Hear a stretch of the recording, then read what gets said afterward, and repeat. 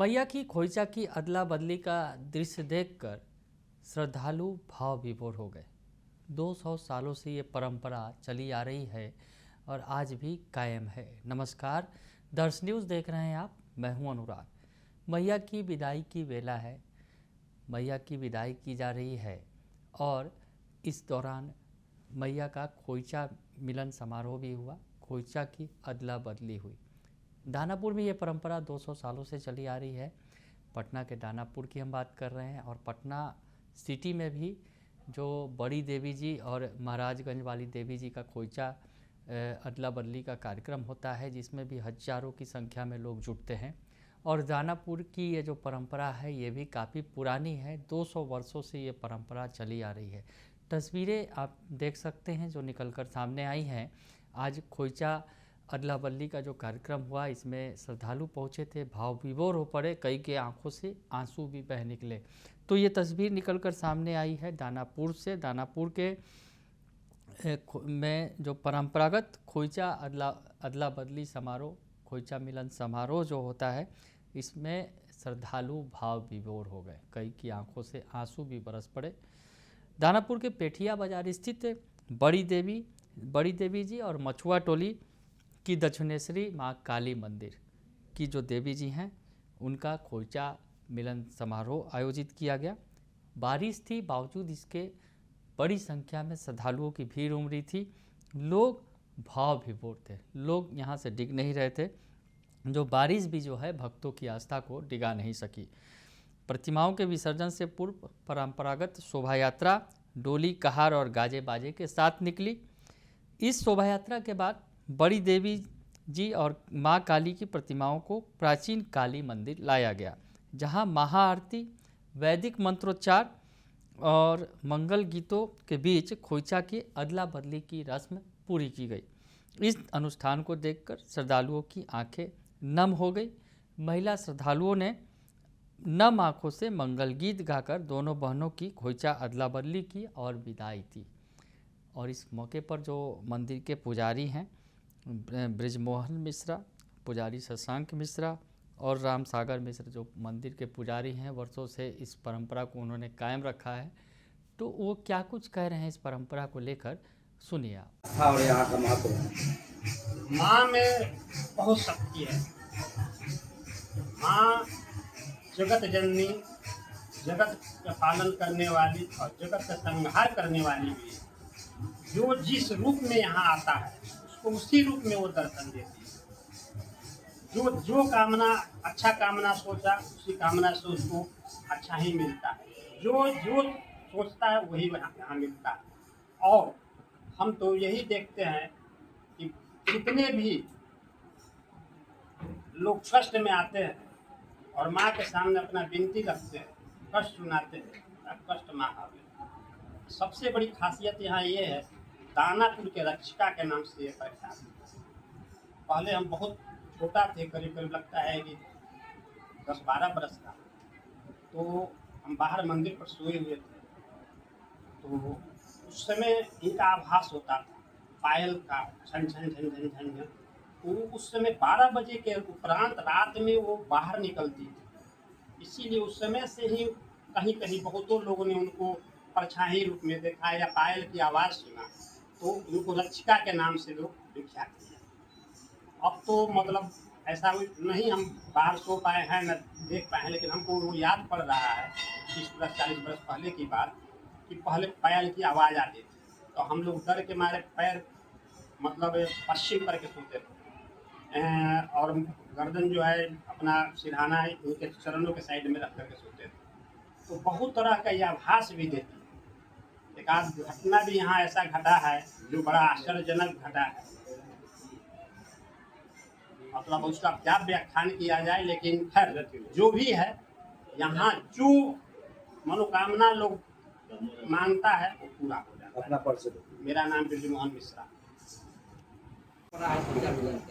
यहाँ सैकड़ों साल से माँ बड़ी देवी जी और काली जी और दानापुर में लगभग जितनी भी देवी बैठती हैं जिनका 9 दिन पूजन होता है, और यहाँ पे माता से मिलन होने के बाद ही उनका विसर्जन होता है। और जो शक्ति से शक्ति का मिलन जो होता है उसके बारे में हम चर्चा करते हैं। माँ को आवाहन करके जब बुलाया जाता है तो माँ आती हैं, आशीर्वाद देती हैं 7वीं 8वीं 9वीं। उसके बाद जब जाने लगती हैं तो दानापुर की रक्षिका माँ दक्षिणेश्वरी काली को अपना सारा शक्ति समाहित करके दे करके चली जाती हैं कि अब अगले साल फिर हम आएंगे, आप अपनी ये मेरा शक्ति लीजिए और पूरे दानापुर शहर का रक्षा कीजिए।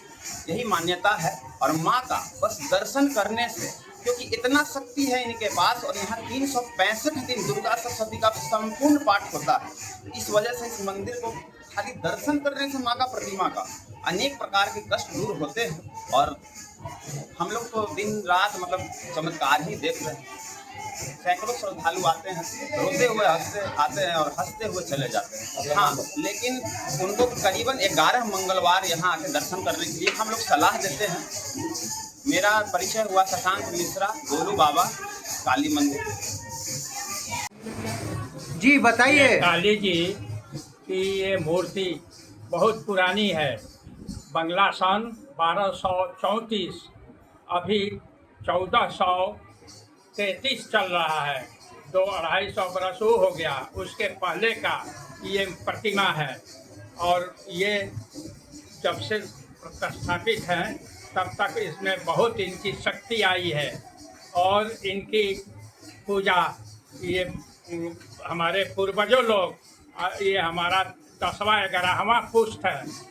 और उसके बाद पहले लोग जो हमारे परिवार के लोग थे इसमें यहाँ पूजा किया करते थे।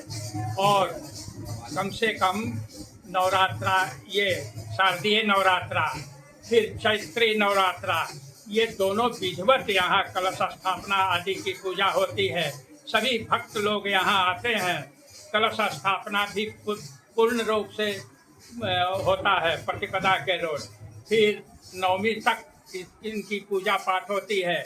अखंड ज्योति पहला दिन से जो स्टार्ट होता है वो 9वीं रात तक भी चलते रहता है। ऐसी स्थिति में अब ऐसे इनके जो भक्त लोग हैं, या देवी सर्वभूतेषु लक्ष्मी रूपेण संस्थिता, या देवी सर्वोस्थितो बुद्धि रूपेण संस्थिता, ये माँ काली के भी रूप में है और लक्ष्मी के रूप में भी हैं और सरस्वती के भी रूप में हैं। खास करके जो दुर्गा सप्तशती में माँ काली का स्थान सर्वप्रथम है। 10 विद्याएं हैं। 10 विद्याओं में सबसे पहला नंबर माँ काली का है। और ये निकुंभ, कुंभ आदि जितने भी राक्षस लोग थे, सब लोग जो युद्ध देवता भर से राक्षसों के बीच में जो युद्ध हुआ, वे लोग कभी कभी राक्षस लोग की वृद्धि हो जाती थी और वो लोग जीत जाते थे। लेकिन सभी जो त्रिमूर्ति थे, ब्रह्मा विष्णु महेश, ये लोग तीनों सभी ये देवताओं को आशीर्वाद देते थे कि तुम लड़ो, और लड़ कर करके उनको हराओ। और हराने के बाद पूरे 13 अध्याय में दुर्गा सप्तशती का पाठ होता है और सब चरित्र उसमें आता है। और वो बीच बीच में सभी देवता और खास करके जितने भी राक्षसों का मैंने नाश हुआ है, वो सबसे ज़्यादा माँ काली जी ने ही किया है। इनका रूप बहुत भयंकर है। इनका क्या बोलते हैं, वाहन गदा है। इनके हृदय में बिजली के तार ऐसा चमकते रहता है। हमारे एक पूर्व के लोग एक विद्वान थे, हम बचपन में जब यहाँ रहते थे तो माँ काली का एक बिजली का तार ऐसी वाला लगा करके लगाए हुए थे। तो वो आके हमको टोक दिए कि तुम काली जी को बिजली के तार लगा दिए हो। लेकिन अब वो रहे नहीं। अब हम इधर पढ़ते हैं, चाहे इनके बारे में जो टीवी दिखाता है उसमें कहता है कि ये माँ काली बिजली स्वरूपा हैं और इनके शरीर में बिजली उत्पन्न होता है। तब हम सोचते हैं कि अब तो पंडित जी हमको रहे नहीं। अब उनसे जाके पूछते कि जब ये वैदिक रीति ही है तो इसलिए ये सब है। और ये कामना पूर्ति वाली माँ है। यहाँ जो लोग भी आता है, जिस कामना से अपने माँ को याद करता है, माँ उसकी कामना पूर्ति करती है। ऐसे इनमें शक्ति है और लोग इसी के आधार पर आप देखे होंगे कि 10 बरस पहले से और आज की स्थिति में कितना अंतर हुआ है। तो इसका अर्थ है कि माँ का आशीर्वाद लोगों को है। जो माँ से प्रार्थना करता है, मनोकामना की पूर्ति के लिए निवेदन करता है, उस सबको इसकी पूर्ति करती हैं। इसलिए माँ बहुत शक्तिशाली हैं और इनका विधिवत पूजा सबसे अधिक, मान लें कि हम भी यहाँ बहुत दिनों तक पूजा किया था, लेकिन उस समय इतना हम टाइम नहीं देते थे जितना बाबू ये ब्रजमोहन मिश्र दे रहे हैं। और ये दोनों बाप बेटा जो हैं अच्छे तरीके से माँ की सेवा करते हैं और इनकी भी मनोकामना माँ पूरी करती रहती है। जो भी इच्छा रखते हैं तो ये सब पूर्ति होती रहती है। उसका विधान है, अपने भी विद्वता में रखते हैं। तो सुना आपने कि वो बता रहे हैं परंपरा के बारे में कि खोइचा अदला बदली के दौरान जो है भक्तों ने माँ को पुष्प अर्पित किए और सिंदूर खेलकर एक दूसरों को शुभकामनाएं भी दी। तो मैया की खोइचा की अदला बदली का यह दृश्य देखकर सभी भाव विभोर हो गए और नम आँखों से मैया को विदाई दी है। तो ये खबर निकलकर सामने आई है पटना के दानापुर से ये रिपोर्ट हमारे संवाददाता पशुपतिनाथ शर्मा ने भेजी है। फिलहाल के लिए इतना ही। बने रहिए दर्श न्यूज़ के साथ। धन्यवाद।